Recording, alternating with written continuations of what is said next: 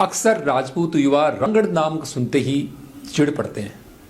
उन्हें लगता है कि सामने वाला उन्हें नीचा दिखाने के लिए रांगड़ा या रांगड़ कह रहा है, और अक्सर उनके विरोधी उन्हें चिढ़ाने के लिए या उन्हें अपमानित करने के लिए उन्हें रांगड़ा कहेंगे या रांगड़ कहेंगे। लेकिन मजे की बात है कि दोनों को भी इस अर्थ का पता नहीं है, न चिढ़ने वाले को है न चिढ़ाने वाले को है कि ये रांगड़ या रांगड़ा कहते किसको है। दरअसल ये जो रांगड़ शब्द है ये ज्यादातर चारण कवि राजपूतों के लिए इस्तेमाल करते थे। किसी भी योद्धा राजपूत को संबोधित करने के लिए अपने डिंगल काव्य के अंदर ये रांगड़ा शब्द वो इस्तेमाल करते थे। जैसे एक कवि ने, मैं कवि का नाम मुझे ध्यान नहीं है, ये उन्होंने एक दोहा लिखा है, जात स्वभाव ने जाय के रांगड़ बोधो वे, कि जाति का स्वभाव नहीं जाता, कि रांगड़ जो होता है या रांगड़ यानी राजपूत होता है उसका क्या कमजोर होना। कवि का कहने का मतलब है कि यदि युद्ध की रणभेरी बज गई तो राजपूत कैसा ही हो, चाहे वो दुबला हो या पतला हो, वो तलवार उठा के रण के लिए तैयार हो जाएगा और जूझ पड़ेगा। क्यों? इसीलिए उसने कहा है कि रांगड़ के बोधो हुए, कि रांगड़ भी कभी कमजोर हो सकता है क्या, मतलब वो कितना ही कमजोर हो लेकिन युद्ध के लिए तो वो तैयार हो जाएगा।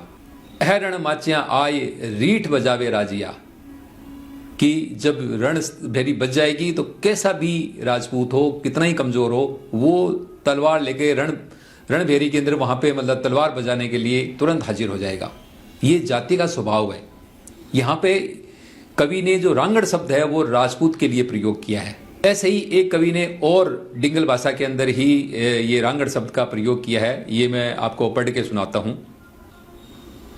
रण रंगड़ राजी रहे बाड़े मूछा बट, तरवारियां तेगा जड़े जद माचे गह गठ, रण राचे जद रांगड़ा कंपे धरा कमठ, रथ रोके बहता रवि जद माचे गह गठ।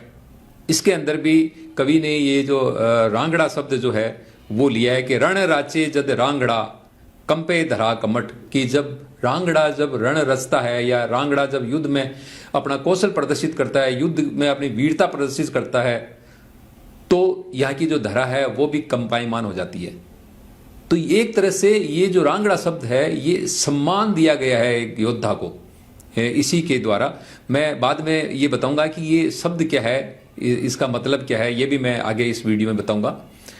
अब एक कहावत और है इसी रांगड़ा के बारे में, जंगल जाट ने छेड़िए हटा बिच किराड़, कि जाट को कभी भी जंगल में या खेत में नहीं छेड़ना चाहिए, वहां वो छोड़ेगा नहीं आपको। और किसी भी बणिए को बाजार के अंदर टोकना नहीं चाहिए, यानी उसको रोकना नहीं चाहिए, उसकी बेइज्जती नहीं करनी चाहिए, उससे कभी भी अड़ना नहीं चाहिए। तो जाट को खेत या जंगल में जाट से नहीं अड़ना चाहिए और बाजार में बणिए से नहीं अड़ना चाहिए। इसी कहावत में आगे लिखा है, रांगड़ कदे न छेड़िए जद कद करे बिगाड़, कि राजपूत को तो कभी भी कहीं भी मत छेड़िए, वो कहीं भी आपका बिगाड़ कर सकता है। ये पुरानी कहावतें हैं, कुछ दोहे हैं जिनके अंदर ये रांगड़ शब्द राजपूत के लिए इस्तेमाल किया गया है। अब बात आती है कि ये रांगड़ शब्द है क्या।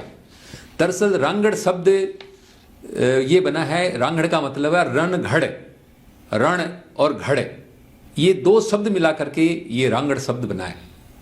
इसका मतलब है कि जो एक योद्धा जो रण के लिए यानी युद्ध के लिए घड़ा गया हो, और ज्यादातर मध्यकालीन के अंदर जो युद्ध हैं उनमें राजपूतों ने ही युद्ध किए हैं। चारण कवियों ने राजपूत योद्धाओं के ऊपर ही कविताएं बनाई है। तो उनकी वीरता को उपमा देने के लिए कि एक योद्धा कैसा होना चाहिए, तो उन्होंने इसका नाम ही रांगड़ दे दिया, एक राजपूत का नाम रांगड़ कर दिया उन्होंने, कि जो रण के लिए गढ़ा है, जो युद्ध के लिए बना है, वो ही रांगड़ है।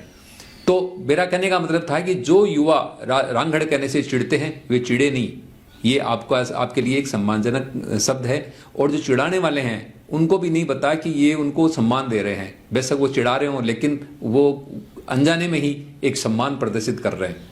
तो ये शब्द था रांगड़ का। आशा है आप समझ गए होंगे। रांगड़ यानी रण घड़। कई जगह अभी पीछे फेसबुक के ऊपर एक डिस्कशन भी चल रही थी कि हरियाणा या यूपी के अंदर कुछ गांव है, वहां पे मुसलमानों को भी रांगड़ कहा जाता है। दरअसल बात यह है कि ये जो मुसलमान जो रांगड़ कहे जाते हैं ये भी कभी राजपूत थे और उन्होंने धर्म परिवर्तन कर लिया। तो उन्हें जो वहाँ के लोग, जो स्थानीय लोग उन्हें रांगड़ कहते थे, वो आज भी उनको वही रांगड़ करते हैं और वो भी अपने आप को रांगड़ मानते हैं, क्योंकि रांगड़ का मतलब होता है राजपूत। तो वो वैसे भी धर्म बदला जा सकता है, जाति नहीं बदलती। तो जो राजपूत मुसलमान बन गए वो आज भी अपने आप को रांगड़ कहते हैं, और जो राजपूत हैं, जो जानते हैं, उन्हें रांगड़ कहना कभी बुरा नहीं लगता।